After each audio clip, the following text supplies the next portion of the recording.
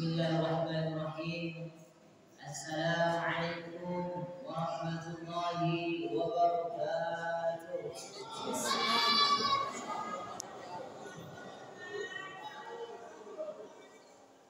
Alhamdulillahirabbil alamin. Wassalatu wassalamu ala asyrafil anbiya'i wal mursalin sayyidina wa maulana Muhammadin. Allahumma shalli ala sayyidina Muhammad wa ala ali sayyidina Muhammad. Allahumma shalli ala sayyidina Muhammad wa ala ali sayyidina Muhammad. Allahumma shalli ala sayyidina Muhammad wa ala ali sayyidina Muhammad wa ala alihi wa ashabihi wa azwajihi wa dhurriyyatihi wa ahli baitihi at-tayyibin at-tahirin. Rabbi shrah li sadri wa yassir li amri wahlul 'uqdatam min lisani yafqahu qawli. Rabbi yassir wa la tu'assir ya ni'mal mawla wa ni'mal nasir. Qala al-musannif rahimahullah ta'ala lillahi maqsudi wa ridha maqlubi 'aqli mahabbataka wa ma'rifataka wa qarida wa naf'ana bihi wa bi'ulumihi fid darain amin. Amma ba'd. Alhamdulillah, bersyukur kepada Allah Subhanahu wa ta'ala yang telah memberikan kita semua curahan rahmat karunia-Nya, sehingga pada malam hari yang berbahagia ini kita semua dapat berkumpul, bermuajirah, melaksanakan kewajiban kita selaku umat muslim, yakni ibadah salat maghrib secara berjamaah. Alhamdulillah. Selawat dan salam semoga selalu tercurahkan kepada baginda Nabi besar kita Nabi Muhammad sallallahu alaihi wa alihi wasallam, kepada para keluarganya, para ahli baitnya, para zuriat keturunannya, kepada para sahabatnya, dan kepada pengikutnya yang setia sampai hari kiamat. Mudah-mudahan kita semua termasuk bagian daripada umat Nabi Muhammad sallallahu alaihi wasallam. Amin amin ya rabbal alamin. Hadirin jamaah rahimakumullah, ketika Rasulullah sallallahu alaihi wasallam balik dari peristiwa Isra dan Mi'raj, yaitu yang pertama kali ditemui oleh beliau bukan orang muslim, tapi yang pertama kali ditemui adalah Abu Jahal. Kemudian Abu Jahal bertanya, Muhammad, ada kabar apa hari ini? Muhammad, ada berita apa hari ini? Rasulullah sallallahu alaihi wasallam, beliau sebagai seorang nabi, beliau sebagai seorang rasul, orang yang paling jujur, beliau jawab, baru pulang Isra dan Mi'raj. Isra mana? Saya Isra ke Masjid Aqsa. Kata Abu Jahal, kamu nak mimpi Muhammad? Saya beneran. Saya baru pulang Isra dari Masjidil Haram ke Masjid Aqsa. Kata Abu Jahal, ini berita penting, ini harus saya sebarkan. Karena Abu Jahal hari-harinya menebarkan kebencian, bahkan mengejar Nabi Muhammad sallallahu alaihi wasallam. Kemudian berita itu tersebar. Coba kita bayangkan, Bapak Ibu, Rasulullah sallallahu alaihi wasallam di saat itu belum ada teknologi yang maju seperti sekarang. Tahu-tahu mengabarkan, aku baru saja balik dari Masjidil Aqsa di Palestina. Bukan hanya itu, kemarin tadi ini juga aku baru pulang menuju ke Sidratul Muntaha, langit yang paling atas. Abu Jahal tanya, hanya semalam? Iya semalam. Oh ini berita bagus. Jadi semua dikumpulkan. Hei, orang-orang Quraisy kumpul. Ada cerita baru nih. Ada apa? Ini Muhammad malam berjalan pergi dari Masjidil Haram ke Masjidil Aqsa. Percaya tidak? Semua bilang tidak. Hancur Muhammad, habis saudara Muhammad dalam Jihad. Karena perjalanan ke Masjidil Aqsa membutuhkan waktu 1 bulan ke sana, 1 bulan ke sini, karena jaraknya kurang lebih 1.500 km. Tidak ada yang percaya. Semua sahabat tidak ada yang percaya. Semua orang pada saat itu sudah ada yang percaya. Kemudian Abu Jahal dilihat siapa yang paling sering sama Nabi Muhammad Sallallahu Alaihi Wasallam. Dialah Sayyidina Abu Bakar. Ya Abu Bakar, wahai Abu Bakar, ini saudara ini, kawanmu ini, dia ngaku tadi malam pergi ke Masjidil Aqsa. Makanya Sayyidina Abu Bakar adalah orang yang pertama kali membenarkan peristiwa Isra dan Mi'rajnya Nabi Muhammad Sallallahu Alaihi Wasallam. Oleh karena itu Sayyidina Abu Bakar diberi gelar As-Siddiq. Maka nama masjid ini Masjid Abu Bakar As-Siddiq. Hadirin jamaah rahimakumullah. Kemudian orang-orang Quraisy bilang, kalau begitu Muhammad, kamu pernah ke Masjid Aqsa? Iya. Kalau begitu tampakkan bagaimana berapa banyak tiang di Masjid Aqsa. Nabi Muhammad Sallallahu Alaihi Wasallam, coba kita aja bapak-bapak kan pergi ke masjid, pernah bapak itu berapa banyak tiang masjid? Siapa yang paling rajin di masjid? Pernah bapak itu berapa tiang masjid? Nabi Muhammad Sallallahu Alaihi Wasallam ditanya berapa banyak tiang Masjid Aqsa? Kalau gua ngaku pernah ke Masjid Aqsa. Rasulullah Sallallahu Alaihi Wasallam atas kuasa Allah Subhanahu Wa Taala diangkatlah Masjid Aqsa itu. Kemudian tepat berada di salah seorang rumah sahabat. Dan Rasulullah Sallallahu Alaihi Wasallam dengan jelas menyebut tiang sekian, jendela sekian, kursi sekian, engsel sekian, jelas. Kata Abu Jahal, sapi Muhammad. Tapi karena Abu Jahal dasarnya benci, di dalam hati Abu Jahal ada kebencian kepada agama, kebencian kepada Rasulullah Sallallahu Alaihi Wasallam. Maka meskipun benar Abu Jahal mengatakan dia ketepaan, nyebut sekian banyaknya ketepaan, maka di sana sebagian sahabat ada yang mempercayai peristiwa itu, namun masih banyak di antara mereka yaitu orang-orang kafir Quraisy tidak mempercayai peristiwa itu. Bahkan banyak di antara orang-orang kita saat ini tidak percaya dengan peristiwa Isra dan Mi'raj Nabi Muhammad Sallallahu Alaihi Wasallam. Banyak yang mengatakan begini, Isra Mi'raj itu Nabi Muhammad Sallallahu Alaihi Wasallam cuma ruh saja, tidak pakai badan. Karena badan ini tubuh kasar kita, kalau sampai katanya kecepatan cahaya itu hancur lebur. Masuk akal tidak apa-apa. Dalam ilmu teknologi sains yang sekarang itu, kalau ada benda yang berlari cepat dia akan hancur. Meteor cepat dia lama-lama akan hancur sedikit. Bagaimana mungkin Nabi Muhammad Sallallahu Alaihi Wasallam, kata orang yang tidak percaya, melakukan perjalanan Isra dan Mi'raj? Baru cuma roh saja, tidak pakai jasad.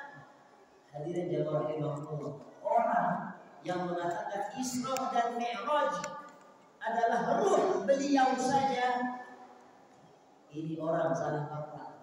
Kenapa? Karena di dalam Al-Quran Allah sudah tahu bahwa banyak di antara orang, terutama kita saat ini, banyak yang meragukan peristiwa Isra dan Mi'raj. Makanya dalam ayat diabadikan perjalanan itu dalam sebuah surah yang bernama surah Al-Isra. Dalam ayat pertama Allah Subhanahu wa taala menyebut dengan kalimat subhanalladzi asra bi'abdihi lailan minal masjidil haram ilal masjidil aqsa alladzi barakna haulahu linuriyahu min ayatina innahu huwas samiul basir.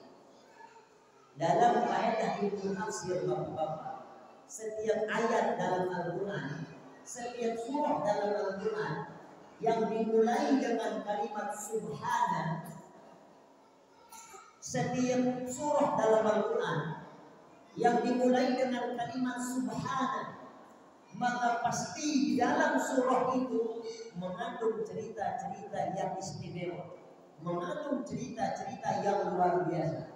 Termasuk surah Al-Isra. Allah mengawali dengan kalimat subhana, maha suci Allah. Alladzi asra. Asra ayatnya tidak pakai sarah. Dalam kaidah bahasa Arab, kalau sarah itu artinya berjalan. Jadi kalau pakai sarah, Rasulullah SAW berjalan dengan kemauannya sendiri. Sedangkan dalam ayat itu menggunakan asra, ada tambahan alif. Makna asra bukan berjalan sendiri, tapi diperjalankan oleh siapa? Oleh Allah Subhanahu wa taala. Sekarang contoh mudahnya begini, bapak-bapak sekarang dipanggil, bapak-bapak dipanggil sama presiden di istana di Jakarta. Bapak Abdullah dipanggil sama presiden besok pagi atau malam nanti menghadap kemana? Menghadap ke istana presiden malam ini harus. Kalau presiden saja yang panggil, tidak ada yang bisa menghalangi perjalanan presiden. Mau di jalan tidak ada yang menghalangi. Kenapa? Karena sudah siap. Mobil siap, penjemputan siap, yang kawal siap, semua siap. Itu presiden yang manggil. Dan pasti sampai bapak malam itu ke Jakarta. Kalau bapak sampai Jakarta, pulang-pulang bilang sama orang-orang, "Hei, Pak, tadi malam saya ke Jakarta dalam waktu semalam." Ada yang percaya? Kita misal jangan ada pesawat, jangan ada macam, tidak ada yang percaya. Ini pesawat, ini perahu, mobil, semua ini teknologi dunia. Sedangkan Isra dan Mi'raj ini teknologi akhirat. Makanya peristiwa yang dimulai dengan subhana bukan tidak diterima oleh akal. Di sini bukan makomnya akal, di sini makomnya hati. Yang menerima peristiwa ini adalah orang-orang yang beriman. Kenapa? Bagaimanapun singkatnya perjalanan Isra dan Mi'raj, kalau Allah sudah berkehendak pun, kita lihat Nabi Ibrahim alaihissalam tak pernah dibakar lagi. Tidak masuk akal. Dibakar tidak hangus. Laut dipukul oleh tongkat Nabi Musa, terbelah, tidak masuk akal. Tapi Allah berkehendak pun, sampai bapak di istana presiden, tidak ada yang menghalangi perjalanan di bapak. Begitu juga dengan Rasulullah SAW. Yang manggil bukan presiden, yang manggil Rabbul Alamin, Qadi Rabbul Jalil, ialah Allah Subhanahu wa taala. Jibril, seakan Allah mengatakan seperti ini, "Hai Jibril, kalau sebelumnya perintah-perintah yang lain aku titipkan kepadamu, perintah puasa Allah titipkan lewat malaikat Jibril. Jibril, ini perintah puasa, kasih Muhammad. Jibril, ini perintah zakat, kasih Muhammad. Jibril, ini perintah haji, ini perintah sedekah, ini perintah istighfar, ini perintah untuk ilmu. Semua perintah itu Allah titip lewat malaikat Jibril.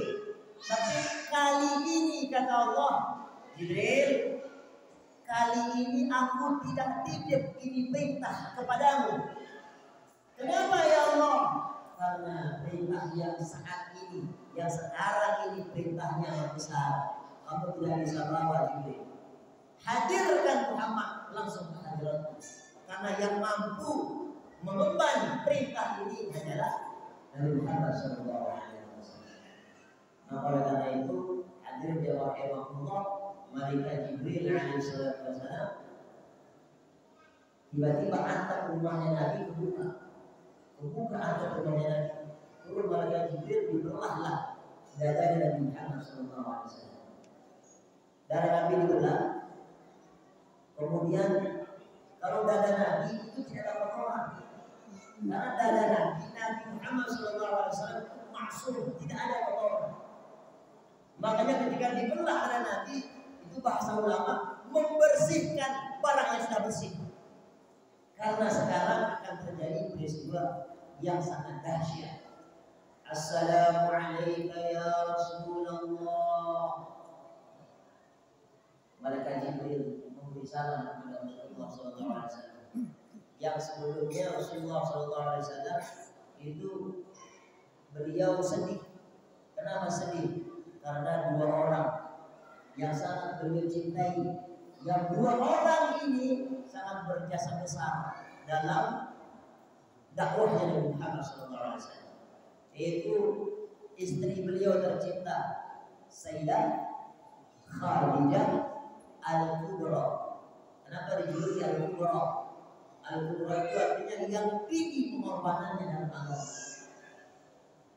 Sampai-sampai Sayyidah Khadijah bilang, ya Rasulullah, kalau seandainya engkau berdakwah kemudian engkau tidak memiliki jembatan, maka ketika aku mati nanti jadikanlah tulang baru aku menjadi jembatan agar engkau bisa lewati untuk engkau berdakwah di jalan Allah. Meninggal dunia istri beliau sedih luar biasa. Jadi sampai ada digambarkan itu sepertiga kekayaan Mekah, sepertiga itu miliknya Sayyidah Khadijah. Tapi semua harta beliau habis di jalan Allah. Kenapa? Suaminya yang mengajarkan, Rasulullah yang mengajarkan. Apa yang diajarkan? Harta yang kita makan akan menjadi kotoran. Harta yang kita titip akan menjadi warisan, dan harta yang kita gunakan di jalan Allah yang akan menemani kita sampai akhirat. Bapak Ibu sekarang mohon maaf. Bapak Ibu sekarang punya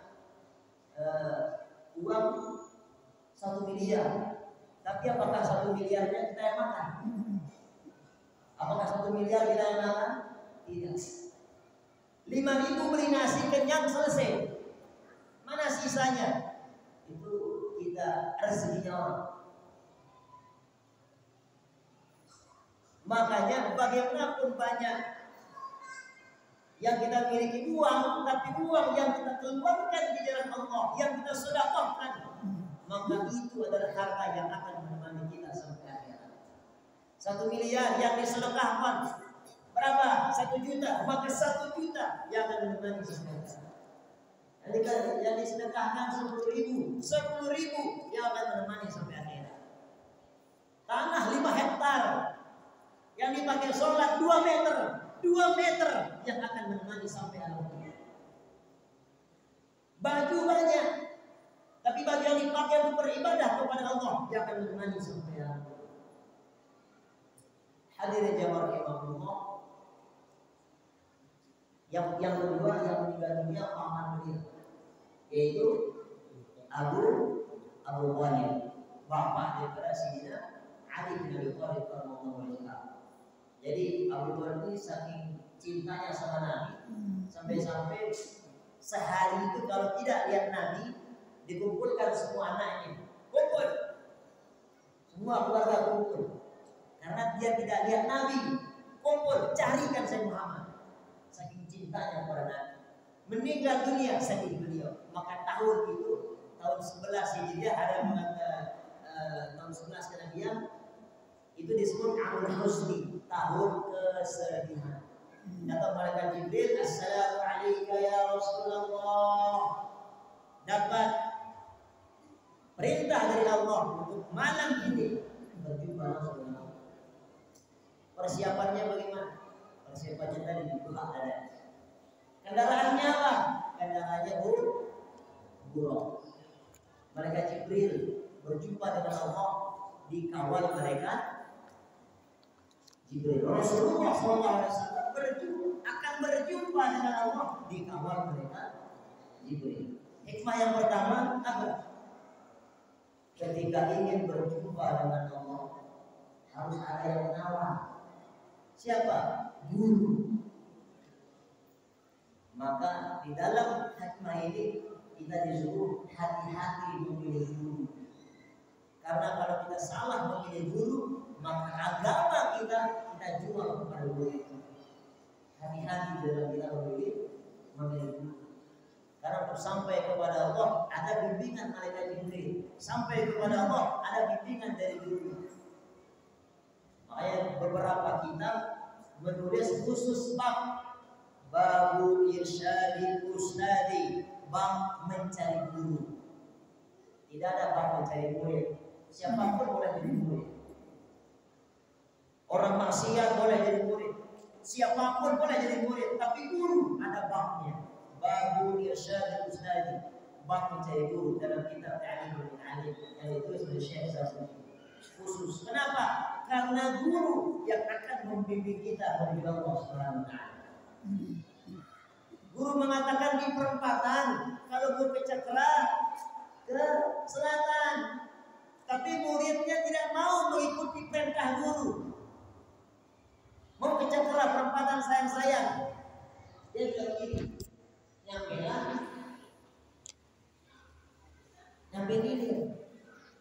nyampe ke tempat-tempat maksiat. Kenapa? Karena tidak mematuhi perintah guru. Dan itu perintah guru yang taat kepada Allah Subhanahu wa taala. Hadirin jamaah rahimakumullah. Dan perjalanan itu dari Masjidil Haram menuju ke Masjidil Aqsa dulu. Banyak orang bertanya, kenapa tidak langsung dari Masjidil Haram langsung ke langsung ke Sidratul Muntaha? Ulama memberikan gambaran bahwa jawabannya karena pintu langit itu tepat berada di atasnya Masjidil Aqsa. Hadirin jamaah rahimakumullah, sampainya beliau di Masjidil Aqsa, beliau kemudian sholat 2 rakaat. Setelah itu diberikan oleh malaikat Jibril 2 gelas. 1 gelas berisi susu, 1 gelas berisi khamr. Beliau memilih gelas yang berisi susu. Malaikat Jibril bilang, engkau memilih gelas berisi susu selamat, banyak yang umatmu besok yang akan taat kepada Allah Subhanahu wa taala. Mudah-mudahan kita termasuk di sana. Kemudian hadirin jamaah rahimakumullah, di Masjidil Aqsa ketika sholat itu semua para nabi jadi makmum. Semua para nabi, semua para rasul menjadi makmum. Berapa banyak nabi, Pak? Bapak, berapa banyak nabi? Bu, berapa banyak nabi? 25. Banyak nabi itu Bapak Ibu 124.000. Banyak nabi 124.000 yang termasuk rasul diantaranya 315. Itu yang menjadi makmum semua. Yang menjadi imam siapa? Rasulullah Shallallahu Alaihi Wasallam. Beliau jadi imam. Makanya dalam kitab Kifayatul Awam itu nama Muhammad Minha Mindal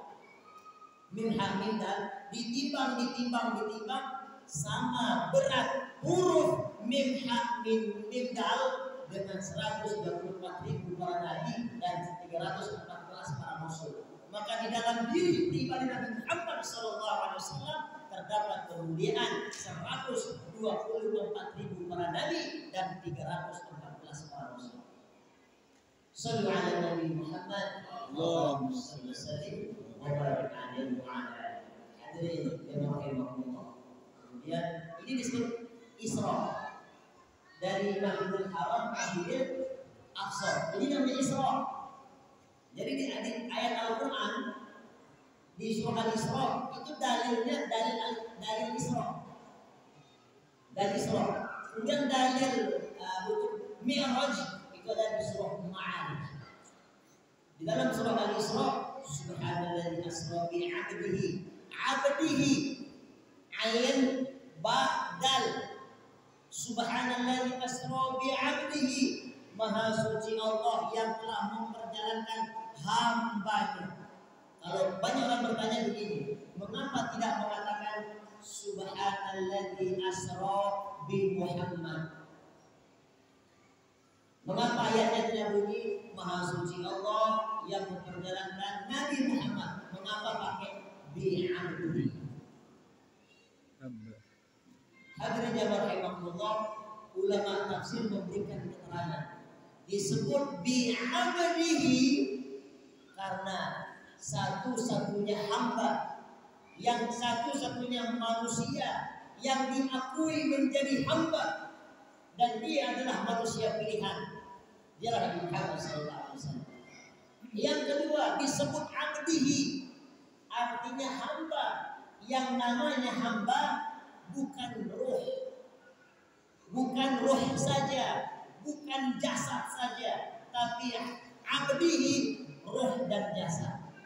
Maka peristiwa Isra dan Mi'raj adalah perjalanan ruhani dan jasmani Nabi Muhammad SAW. Hadirin jamaah rahimahullah, dan sampai di Masjidil Aqsa, kemudian menuju ke Sidratul Muntaha. Di langit pertama Rasulullah SAW banyak bertemu dengan para nabi. Langit kedua, yang keempat, sampai di langit keenam beliau bertemu dengan Nabi Musa. Di langit ketujuh beliau bertemu dengan kakek beliau, Nabi Ibrahim alaihissalam. Nabi Ibrahim di langit ketujuh dalam sebuah riwayat beliau sedang bersandar. Di mana bersandar? Bersandar di Baitul Hikmah. Yaitu Baitul Hikmah tempat tawafnya para malaikat. Kalau di bumi Ka'bah tempat tawaf manusia, di Baitul Ma'mur tempat tawaf para malaikat. Hadirin jamaah rahimahullah, malaikat Jibril masih menemani beliau. Makanya di dalam sebuah riwayat disebutkan perjalanan Isra dan Mi'raj ini menembus 4 alam. Alam yang pertama alam Jabarut, kemudian yang kedua alam Nasrut, yang ketiga alam Malakut, yang keempat alam Lahut.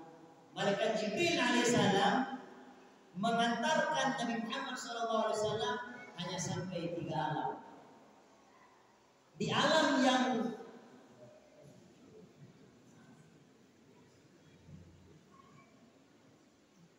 Malaikat Jibril hanya mengantar beliau sampai alam Malakut.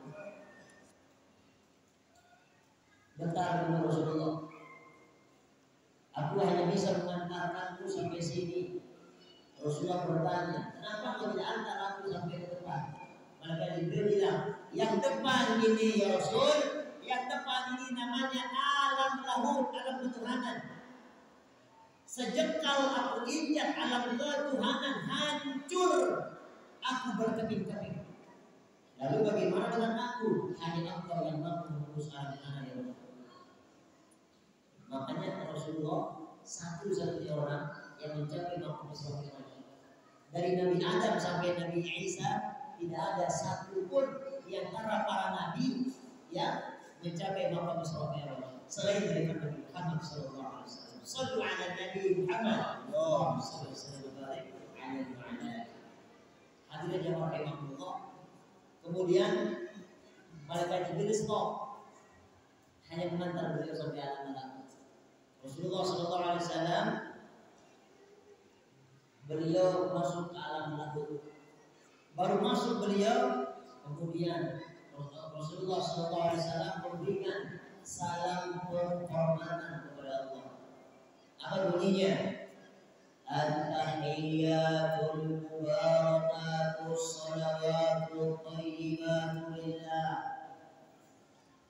segala yang baik-baik, segala keselamatan, segala yang bagus-bagus, lillah, semuanya milik Allah.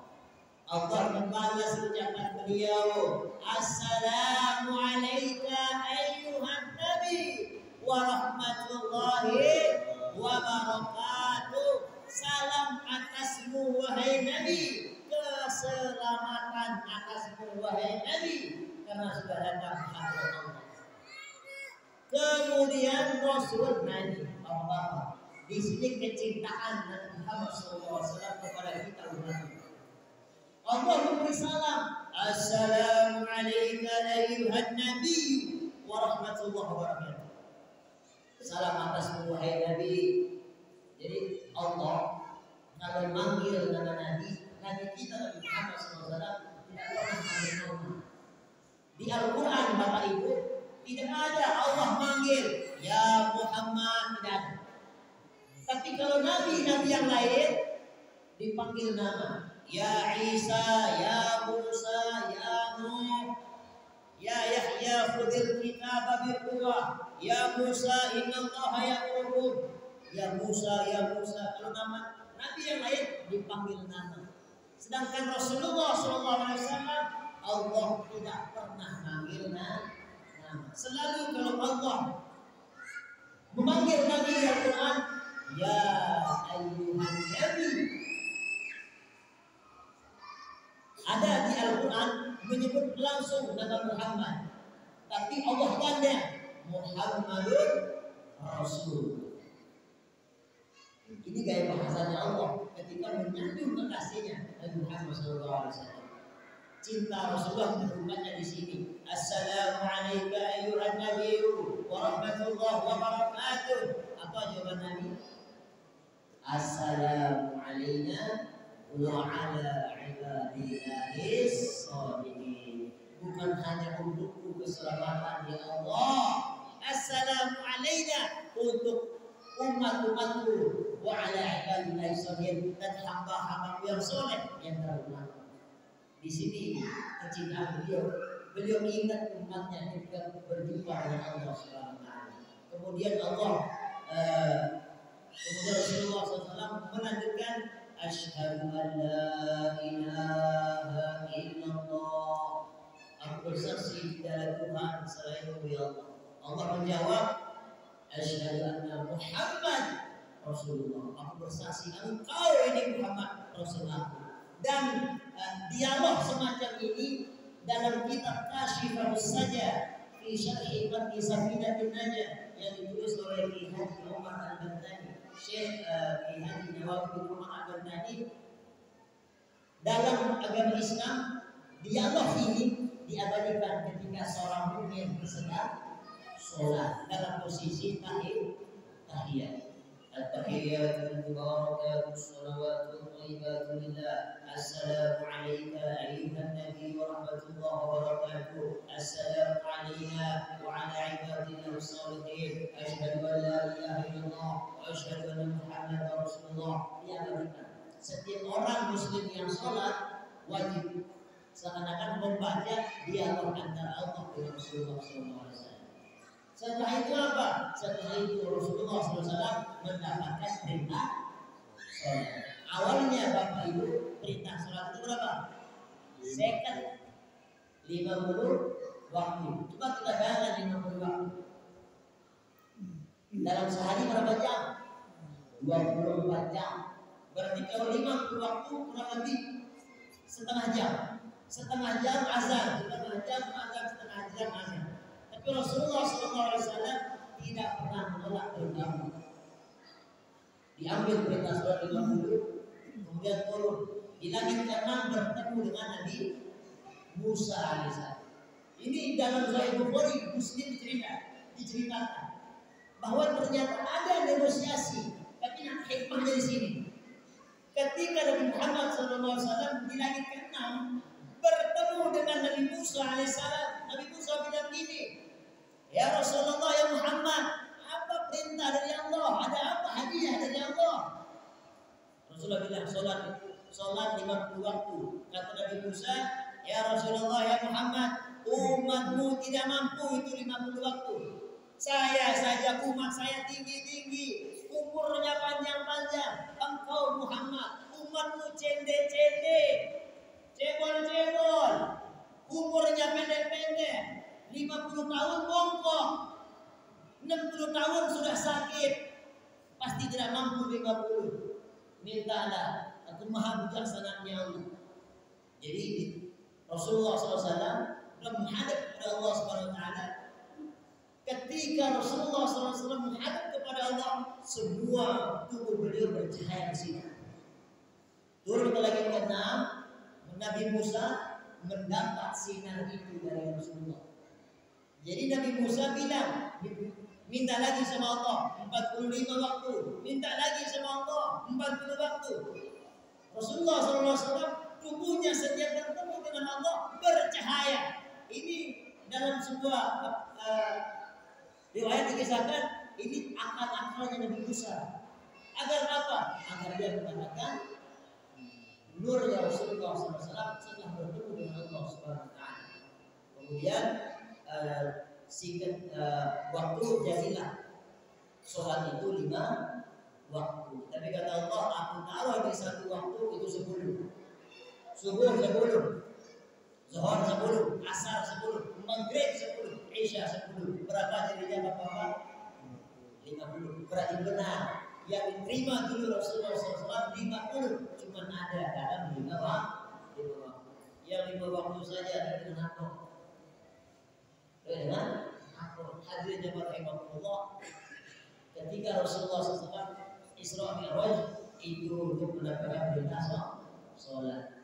Apa yang bisa kita baca dari sini? Seakan-akan seperti tadi, presiden itu tidak mau nitip kepada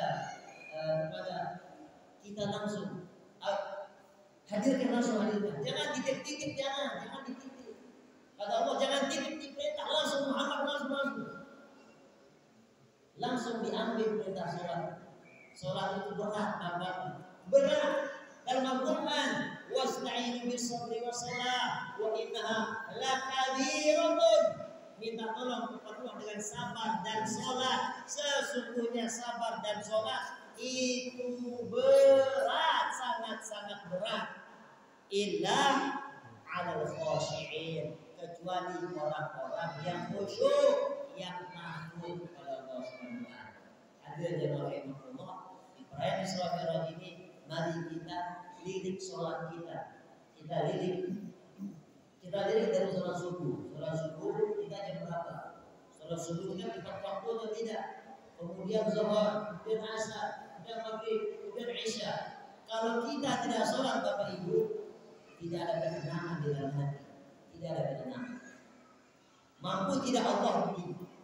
Mampu tidak Rasulullah pulang Isra Mi'raj menceritakan kepada sahabat, sahabatku, Allah itu ada di sini. Langsung mengajarkan ma'rifat kepada sahabatnya. Mampu tidak Rasulullah begitu? Mampu tidak? Mampu. Tapi Rasulullah tidak begitu. Diajarkannya sholat, karena as-sholatu mi'rajul mu'min. Sholat itu mi'rajnya orang yang beriman. Dalam hikmahnya Rasulullah Isra dari Masjidil Haram ke Masjid Aqsa. Kita Isra dari tempat duduk kita ke tempat wudhu. Isra. Setelah kita berwudhu dan mi'raj. Mi'rajnya di mana? Berdiri di atas sejadah. Allahu Akbar. Yang namanya Allahu Akbar, Allah Maha Besar. Dalam bahasa Arab, Akbar itu tidak memiliki tandingan Allah. Jadi bukan Allah paling besar, tapi Maha Besar. Kalau Allah itu paling besar, berarti ada yang besar, tapi tidak terlalu besar. Makanya makna Allahu Akbar, Allah Maha Besar. Yang lain bukan kecil, tapi tidak ada. Bisa? Kenapa? Karena mi'raj. Barang siapa yang bertemu berjumpa dengan Allah, maka sholat subuh. Ya rahimahullah, itu berapa rakaat? 2 rakaat. Ulama memberikan keterangan kita sholat subuh 2 rakaat karena di dalam tubuh kita ini ada 2 kita memiliki tubuh, yaitu tubuh zahir dan tubuh batin, jasmani dan rohani. Jasmani itu harus makan, rohani juga harus makan. Dengan apa jasmani kita makan? Badan kita ini karena berasal dari tanah, makannya sesuatu yang berasal dari tanah. Apa itu? Padi, beras, buah-buahan, sayur-sayuran. Dan roh kita berasal dari langit. Butuh sesuatu yang berasal dari asalnya. Apa itu? Sholat, puasa, zakat, zikrullah, istighfar, zikir, sholawat. Itu yang makan apa? Rohani. Jadi kalau kita tidak sholat subuh, berarti menjadi tubuh jasmani dan rohani kita menjadi. Mari kita lirik hati kita, sholat kita. Karena yang tahu kualitas sholat kita adalah diri kita masing-masing. Jangan tanya orang, aku sholat gimana? Tanya diri sendiri. Sejauh ini kita merayakan Isra dan Mi'raj. Apakah benar sholat kita sudah bermi'raj kepada Allah? Apakah benar cara kita sholat? Makanya mari kita koreksi sholat kita. Karena di bulan Rajab syahrul sholat, bulan memperbaiki sholat. Hadirin jamaah rahimakumullah. Mudah-mudahan dalam uraian singkat ini dapat bermanfaat untuk kita semua, terutama kita dan kita menjalankan ibadah sholat. Karena sejatinya peristiwa Isra dan Mi'raj itu adalah Allah Subhanahu wa taala memanggil Muhammad sallallahu alaihi wasallam untuk memberikan suatu rahasia yang besar. Rahasia yang besar itu adalah sholat. Dan sholat itu Rasulullah perintahkan kepada umatnya sebagai pertanda siapa orang yang ingin berjumpa dengan Allah seperti aku berjumpa, maka hendaklah dia sholat. Jangan kita bertanya sholat itu sampai kapan? Sholat itu sampai kapan? Sholat itu sampai mati Pak, sampai mati. Besok hari apa besok? Hari Selasa. Hari Selasa. Kalau kita mati hari Selasa, hari Rabu jangan sholat Pak. Hari Kamis jangan sholat, karena sholat itu sampai mati. Terus kita sholat. Jangan ada orang sholat tapi masih berperilaku buruk. Apa yang salah? Bukan sholatnya yang salah, mungkin cara kita yang salah dalam sholat. Jangan salahkan sholat. Terus bagaimana? Tetap sholat sampai sholat bisa berubah kita. Inna sholata tanha 'anil fahsya'i wal munkar. Terus kita sholat. Karena lama-kelamaan kita diajarkan oleh Allah Subhanahu wa taala dalam setiap gerakan sholat. Kita di dalam sholat kita nunduk, pandangan kita nunduk menuju tempat sujud. Sebagai gambaran, di luar sholat kita tawadhu. Di dalam sholat kita membaca Al-Quran. Sebagai gambaran, di luar sholat mulut kita selalu dijaga dari perkara-perkara yang kotor. Dalam sholat kita khusyuk. Ada orang sholat dipanggil jahud, ada. Pak, ada. Tidak ada. Kenapa? Karena khusyuk fokus kepada Allah. Hadirin jamaah rahimahullah, sudah berapa kali kita Isra Mi'raj dari tahun-tahun sebelumnya dan sampai malam ini sudah sampai mana tingkatan sholat kita, kekhusyuan kita sudah sampai mana kita mengorbankan waktu kita semata-mata karena Allah Subhanahu wa taala. Karena kalau kita tidak mempersiapkan bekal dari hari ini, maka tidak ada yang akan kita peroleh, tidak ada yang akan kita petik di hari kiamat nanti. Mudah-mudahan dapat bermanfaat untuk kita semua. Amin amin ya rabbal alamin. Terutama jika nanti di rumah kita harus tetap sholat. Karena apa? Karena mohon maaf, kita Isra Mi'raj membahas masalah sholat. Sampai rumah tidak pernah sholat. Apa gunanya Isra Mi'raj? Isra Mi'raj membahas sholat, mengupas sholat agar rajin sholat. Ada orang ngaji, pulang-pulang ngaji tidak sholat, berarti ngajinya tidak berkah. Tandanya berkah apa? Pulang ngaji sholat, ngajinya berkah. Amalan yang pertama yang bisa dari kiamat adalah sholat. Amalan yang lain gimana? Kalau bagus sholat, pasti dia mengerjakan amalan yang lain. Hadirin jamaah Allah, kurang lebihnya kita mohon maaf apabila ada kata salah, menyinggung hati perasaan seluruhnya yang telah maaf sebesar-besarnya. Sallallahu alaihi wasallam wa ala alihi washabbihi wa sallam. Subhanallah bihamdihi, subhanallah bihamdihi, asyhadu an la ilaha illa anta, astaghfiruka wa atubu ilaik. Assalamualaikum warahmatullahi wabarakatuh. وبركاته.